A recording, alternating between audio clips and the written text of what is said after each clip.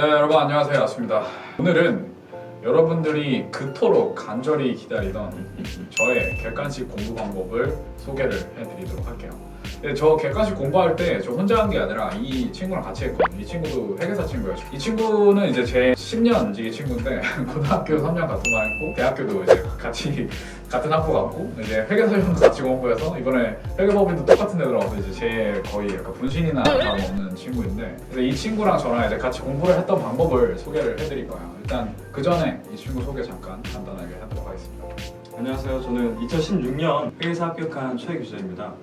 전공은 스페인어과고 그리고 이 친구랑 이번에 같이 함정 회계법인 입사합니다. 삼정회계법인 캠 3년 KPMG에 아, 들어가겠습니다. 이 친구는 텍스고 저는 감사예요. 근데 저희 객관식 공부 방법이 왜 제가 중요하다고 생각하냐면 저는 객관식 공부 기간이 굉장히 짧다면 짧을 수 있었어요. 저는 10월 중순부터 객관식 공부를 시작을 해서 2월 말까지 굉장히 짧잖아요. 어떻게 보면 4개월 반 정도밖에 안 되니까 그 기간 동안 거의 한 7회독 가까이 했어요. 객관식 공부를. 그러니까 이거를 어떻게 그리고 이제 7회독만 하면 중요한 게 아니잖아요. 솔직히 점수가 잘 나야 중요한 거니까. 저희 점수를 좀 얘기를 드리면 저는 1차 점수가 402.5점이었어요. 이 친구는 몇 점이에요? 저는 441, 2 정도 됐던 것 같습니다. 그러니까 저희가 이렇게 어떻게 단기에 이렇게 많이 회독을 할 수 있고 나는 고득점을 할 수 있었는지를 제가 방법을 지금부터 알려드리도록 하겠습니다. 객관식 스터디 그렇죠. 그러니까 저희가 일요일 날 만나서 스터디를 했어요. 그러니까 그 스터디를 하기 위해서 일주일을 어떻게 준비를 했냐면 일주일 이렇게 월화수목 금토일 있잖아요. 그러니까 일단 우리는 그 일주일에 회계 챕터 3개랑 세법 3개. 세법 3개, 회계 세법 3개씩 하는데 월요일 날 회계 한 장, 세법 한 장 일단 이론 공부하고 객관식 문제집을 풀었어요. 저희는 객관식 인강을 듣지 않았어요. 그러니까 객관식 인강을 다 듣지 않았어요. 그러니까 객관식 인강을 발췌해서 들었는데 저는 아예 안 들었고 그러니까 이 친구가 저보다 공부를 좀 잘해갖고 제가 이제 좀 물어보는 거 많았는데 그걸 위해서 이 친구가 좀 우리가 모르는 부분을 그냥 이렇게 발췌해서 들었었어요. 그러니까 객관식 인강을 절대 다 들으실 필요가 없어요. 객관식 인강 다 듣는 거는 정말 시간 낭비인 게 객관식 인강 보통 종강하면 언제지? 그 종강하면 12월 넘을 것 같습니다. 한 1월 초나 12월 말이나 1월 초에 끝나는 것 같아요. 근데 2월 말에 시험인데 그때 끝나가지고 언제 객관식 회독을 하겠어요. 객관식 시험은 문제 푸는 훈련을 하는 게 기본이에요. 굉장히 직관적인 비유를 들어드리면 여러분 자전거 타는 법 인강 백날 들어봐야 실제로 자전거 타면 타자마자 넘어질 거예요. 아무리 이론을 빠삭하게 페달을 뭐 몇의 속도로 굴려도 이건 아무런 소용이 없어요. 진짜 자전거를 타기 위해서는 연습을 해야 된단 말이에요. 그러니까 객관식 시험도 마찬가지예요. 객관식 시험을 합격하려면 객관식 문제풀이 훈련을 해야 돼요. 그러니까 그게 인강을 듣는다고 해결되지 않아요. 그러니까 인강을 듣고 해결을 원하는 건 어떻게 보면 약간 좀 바램인 거지.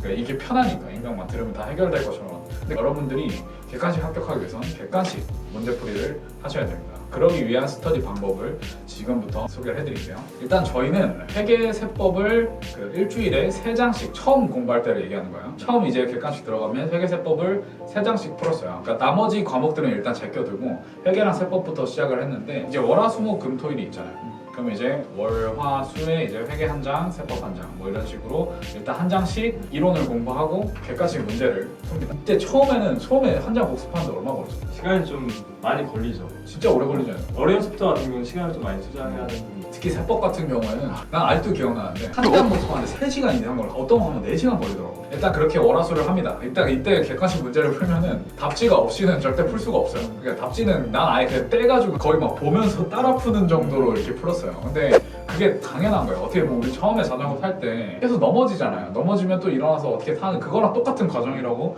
보시면 돼요. 자, 그러면 이제 여기서 방법이 갈리는데 이제 보통 사람들이 이렇게 객관식 회독을 하면 이때 한번 보고 또 한 바퀴 돌고 와서 또 볼 거예요. 그러면 사실 너무 멀어요. 그러니까 다음 공부하기까지. 그래서 저희는 어떻게 했냐면 월화수를 공부를 하고 목금에 월화수에 했던 것들을 다시 한번 봤습니다. 그때 봐도 근데 또 새롭긴 해요. 처음 하면은 목금에 월화수에 공부했던 거를 다시 이제 또 문제풀이 한번 해보고 근데 이게 그나마 월화수에 한번 봐놨기 때문에 목금에는 살짝 시간이 더 줄어요. 그래서 우리가 월화수는 3일 잡았고 목금은 이제 이틀을 잡은 거야. 이렇게 한 다음에 우리가 일요일 날 목표로 한 게 뭐냐면 일요일 날은 답지를 안 보고 문제를 풀어내는 걸 목표로 하는 거예요. 그래서 토요일 날 마지막으로 월화수랑 목금에 틀렸던 문제들을 보면서 일요일 날 답지 없이 풀 수 있을 20 정도로 마지막으로 보완을 합니다. 그리고 일요일날 우리가 이제 만나서 하루 종일 그냥 붙어서 문제를 계속 풀어요.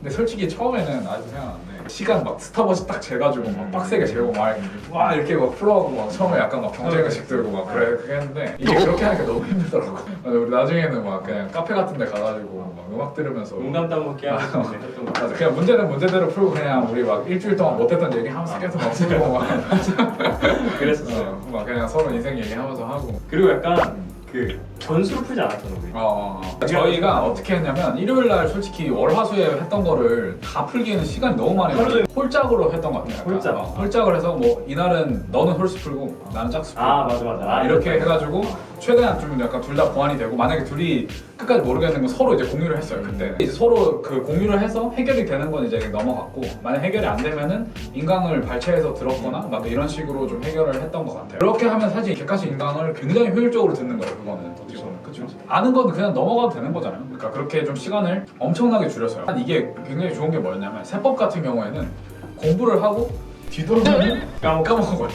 휘발성이 엄청난 과목인데 그거를 일주일에 3번 어떻게 보면 4번이구나. 월화수 목금 토 일이니까 일주일에 4번을 이렇게 한 번 싹 보니까 그래도 나중에 다시 보면 조금 새롭긴 해도 또 까먹는데 괜찮아. 그래도 괜찮아. 어느 정도 남아있어요. 그러니까 이게 밑 빠진 덕에 물을 부었는데 물이 조금은 들어있어요.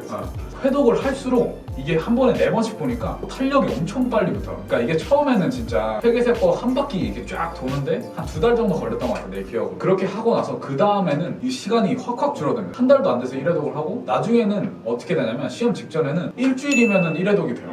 그게 진짜 신기하지 않았어요, 그때. 저는 합격 수기를 봤거든요. 그러니까 나중에 사람들이 일주일에 1회독 한 번씩 하고 들어간다는 거예요. 아니, 장난치는 것도 아니고 이걸 어떻게 1회독을 다 보냐. 되더라고. 그리고 약간 이렇게 하려면 그 회독을 거듭할 때마다 자기가 풀 문제만 체크, 그러니까 눈으로 풀 문제랑 손으로 풀 문제랑 좀 집중해서 풀 문제랑 이런 식으로 좀 체크하면서 넘어가는 게 중요한 것 같아요. 처음에는 그 분류할 능력도 능력이 없어요. 처음에는 그냥 다 중요한 문제고요. 이제 하다 보면은 그게 보여요. 굳이 이건 안 풀어봐도 풀리는 것들이 있어요. 그렇게 하다가 이제 객관식이 어느 정도 쌓이면은 한 1월쯤에 가면 이제 모의고사를 한번 보거든요. 그때 보고 나면 이제 멘붕을 한번 하실 거예요. 이제 내가 잘못 공부해왔나? 약간 이런 생각이 좀 들긴 해요. 갑자기 이제 점수가 안 나오면은. 근데 막상 이제 틀린 거를 보면은 이거 금방 보완할 수 있겠다는 생각이 들어요. 저는 실제로 1월달에 모의고사를 봤는데 그때 300 초반인가 그렇게 나왔어요. 합격점이랑 한참 모자랐어. 뭐 물론 그때 경제나 뭐 이런 거 안 했긴 했는데 그래도 틀린 문제를 이제 분석을 해보니까 조금만 보완하면은 할 수 있겠더라고. 맞아. 그래갖고 그때부터 이제 공부 방법을 바꿨는데 어떻게 바꿨냐면 이론 공부하고 문제풀이에서 이제 그때부터는 문제를 먼저 풀고 틀린 문제에 대해서 이론이 부족한 부분을 보완하는 식으로 했었거든요. 그때 그렇게 하니까 이게 약간 암기가 맞아가는 느낌이 나더라고. 처음에는 이론 공부하고 문제만 풀다 보면은 내가 나중에 이론을 안 보면 문제를 풀 수 있을까라는 생각이 들거든요. 근데 이제 거꾸로 해보면은 문제를 풀다 보면은 내가 빈 부분이 보여요. 그러니까 내 이론이 약간 좀 완벽하지 않은 데가 보인단 말이야. 그런 식으로 약간 문제랑 이론을 보완을 해나갔더니 거의 모의고사랑 실제 점수랑 한 100점 이상 차이 났으니까 그렇게 차이가 났죠. 그러니까 이 객관식 방법은 저희 선배가 알려준 건데 거꾸로 공부하는 방법은 제가 생각한 거예요. 그러니까 제가 다음 영상에서 말할 건데 이게 효율적으로 공부하는 방법을 계속 생각을 하셔야 돼요. 내가 만약에 그랬는데도 똑같이 이론 보고 객관식 보고 있었으면 그건 어떻게 보면 비율의 반복인 거지. 어쨌든 이런 식으로 계속 찾아 나셔야 됩니다. 그러면 이제 회계세법은 뭐 이런 식으로 하면 된다고 하지만 이제 다른 과목들이 있잖아요. 근데 이제 여러분들이 그 전에 아셔야 될 게 회계세법은 수능으로 치면 국영수나 마찬가지예요. 제일 중요한. 일단 국영수가 안 나오는데 사탐을 투자하는 건 바보 같은 짓이죠, 사실. 회계세법이 안정적으로 이렇게 스터디를 통해서 잡혀 있어야 줄어드는 공부 시간으로 남은 이제 과목들을 조금씩 공부해 나가기 시작하는 거거든요. 1차 시험 같은 경우는 경영, 뭐 경제, 상법 이렇게 암기 과목들이 경상경 있으니까 그게 정말 힘들어요. 경상경 어떻게 공부했어요? 점수 되게 높았잖아요. 저는 경상경 점수 중에 일반 경영이랑 상법 점수가 거의 되게 높았는데 상법 90점? 맞았던 것 같아요. 이 시험이 100점 만점에 60점에서 70점 맞으면 합격하는 시험인데 그걸 90점 맞아버린 거예요. 상법 같은 경우에는 이제 일단 다 외우는 거잖아요. 그래서 기본 강의 들을 때 최대한 암기를 하려고 하는 건 당연한 건데 기본 강의가 끝나면 다 까먹는단 말이에요. 그럼 다시 처음부터 이제 외우는 거죠. 잘 외우려면 어떻게 해야 되냐 했을 때 저희 학창 시절을 떠올려보면 암기 과목 공부할 때 친구한테 물어봐서 친구 대답하고 약간 이런 맞아요. 티키타카하는 그런 과정들 있잖아요. 서로 따로 시간 내서 하기가 힘들잖아요, 사실. 그러다 보니까 아침마다 거의 매일 아침마다 서로 전화를 해가지고 어제 상법 공부한 걸 물어보는 거예요. 거의 뭐 연인이 그치, 따라서 그치. 그러니까 우리 서로 모닝콜로 난 진짜 아직도 기억나는데 내가 자다가 전화가 와요. 그래서 새벽에 전화 받으면은 혼자 일어나서 혼자 기분 막 좋아가지고 혼자 막 머리 엄청 맑은 상태로 막 상법 조항을 막 읊으면서 막 나한테 무슨 논리를 설명하는 거야. 그래서 나는 약간 좀 잠결에 막 대답을 하면서 막 일어나고 막 모르겠으면 모르겠는데 맞아. 막 스트레스 받으면서 막 그럼 일어나는데 막 설명하고 막 이거 왜 모르냐고 이따 공부하라고. 근데 저는 이 친구가 개인적으로 그렇게 설명을 해줘갖고 이 친구도 약간 설명하면서 자기가 아는 거를 좀 한번 다졌겠지만 저는 그 설명을 들으면서 아 상법을 이렇게 공부해야 되는구나 약간 이걸 느꼈어요. 책 안에 문장으로 가둬두면 안 돼요. 직접 자기가 설명할 줄 알아야 돼요. 그 맞아요. 조항들에 대해서. 그러니까 그렇게 하다 보니까 상법이 저절로 그러니까 저도 뭐 높은 점은 아니고 저도 한 80점 맞았거든요 상법은. 그러니까 그렇게 하다 보니까 상법이 좀 재밌는 과목이 됐고 그런 약간 암기 과목들 그 경영도 마찬가지고 경제도 마찬가지. 경제는 좀 문제풀이를 좀 많이 하셔야 되긴 하는데 그런 식으로 이해를 하시면은 거기서 한 8, 90점 맞아버리면은 다른 과목에 맞아요. 굉장히 안정감이 생겨요. 거기서 8, 90점 맞아버리면 다른 과목에서 10점, 20점의 여유가 생기는 거니까 그러니까 저는 약간 좀 마지막에 가서 좀 여유가 더 여유롭죠. 생겨서 진짜 아 이거는 내가 땅이 망해도 떨어지진 않겠다라는 딱 생각이 이거였어요. 그래서. 그러니까 여러분들이 직전에 이제 모의고사나 기출을 시간 잡고 풀어보시면은 내가 1차 시험 보기 전에 이미 나는 붙을지 안 붙을지가 감이 와요. 그게 안 오면은 사실 공부를 헛한 거예요, 그거는. 어쨌든 회계세법이 중점적으로 딱 잡혀 있어야 되고 그 여유 시간에 재무관리나 원가 회계나 뭐 나머지 그 암기 과목들을 공부하시면 되는 거고 이제 앞에 이제 말씀드린 일주일에 4회독하는 객관식 공부 방법 그게 없었으면은 우리는 사실 그 나머지 과목을 내가 볼 때 나는 제시를 하든 삼시를 하든 똑같이 비교를 계속 반복하고 있었을 것 같아요. 그렇게 공부하면 초시 때 절대 합격을 할 수가 없을 거라 생각해요, 저는. 이 방법이 어떻게 보면 제가 초시 때 이렇게 비교적 짧은 기간 안에 좀 빠르게 봐서 나름 고득점에 합격을 만들어줬던 방법이라고 저는 생각하고 있습니다. 그리고 이제 여러분들 그 단거나 이런 거 진짜 많이 물어보시는데 그거는 사실 별 의미가 없는 게 저는 단거나를 어떻게 했냐면 시험장에 이제 가져가는 단거나를 말하는 거예요. 시험장에 이제 가져갈 때 저는 일주일 동안 1회독을 다 할 수 있단 말이에요. 전과목 하면서 그때 이제 진짜 일주일 전에 이거는 내가 지금 당장은 못 외우겠다 그러 싶었던 거를 다 공책에 썼어요. 그러면서 이제 그걸 가지고 갔는데 거기서 시험에 나왔단 말이에요. 그 충당 그 태충이 나왔는데 근데 그게 그럴 수 있었던 게 내가 태충 말고는 다른 거를 다 해놨기 때문에 태충만 써서 간 거예요. 그러니까 그게 나올 확률이 굉장히 높았던 거지 그 단거나 노트가 중요한 게 아닙니다, 여러분. 내가 공부를 열심히 해놨으면 단거나에 들어가는 양이 굉장히 줄어들 거고 그에 따라서 시험장에 나올 확률이 굉장히 높아진다 이렇게 하는 거지 운이 좋고 나쁘고가 아니에요. 이거는 마지막으로 수험생분들한테 응원의 메시지가 들어가면 저 마지막으로 할 말이 저희가 사실 이렇게 뭐 10분 가까이 떠들었지만 잘하는 저의 모습만 보여드리려고 했던 거고 사실 저희 과정에서 되게 못했던 점도 많고 되게 한심했던 점도 많아요.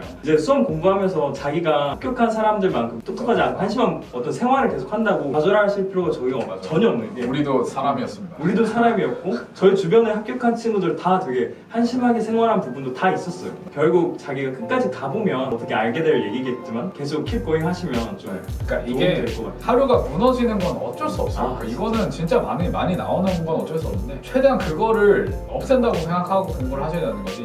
저희가 이 말했다고 한심한 생활을 합리화하는 건 아니고 그날에 죄책감을 느껴야 되는 건 맞아요. 근데 그날이 아예 없을 수는 없어요. 사람이 기계가 아니기 때문에. 그러니까 여러분들 그런 점에서 너무 스트레스 받지 마시고 큰 숲을 보면은 이거는 진짜 너무 무서운데 막상 이렇게 나무 하나하나 부수다 보면은 어느 순간 이렇게 다 목표를 이룬 그런 거라고 보시면 되겠습니다. 그러니까 제 객관식 공부랑 이제 여기 띄워드릴 9시간 이상 공부하는 방법을 합쳐갖고 하루에 9시간씩 4달 반만 하시면은 누구나 합격할 수 있게 공부량을 뽑을 수 있는 방법을 오늘 알려드렸으니까요. 이거를 잘 참고하셔서 이제 공부를 하시면 되겠고 만약에 궁금한 게 있으시면은 댓글에다 달아주시면은 저랑 이 친구랑 상의를 해서 댓글을 달아드리도록 하겠습니다. 오늘 영상이 유익하시면 구독과 좋아요, 알림까지 부탁드리고 저희는 다음에 더 유익한 영상으로 찾아뵙겠습니다.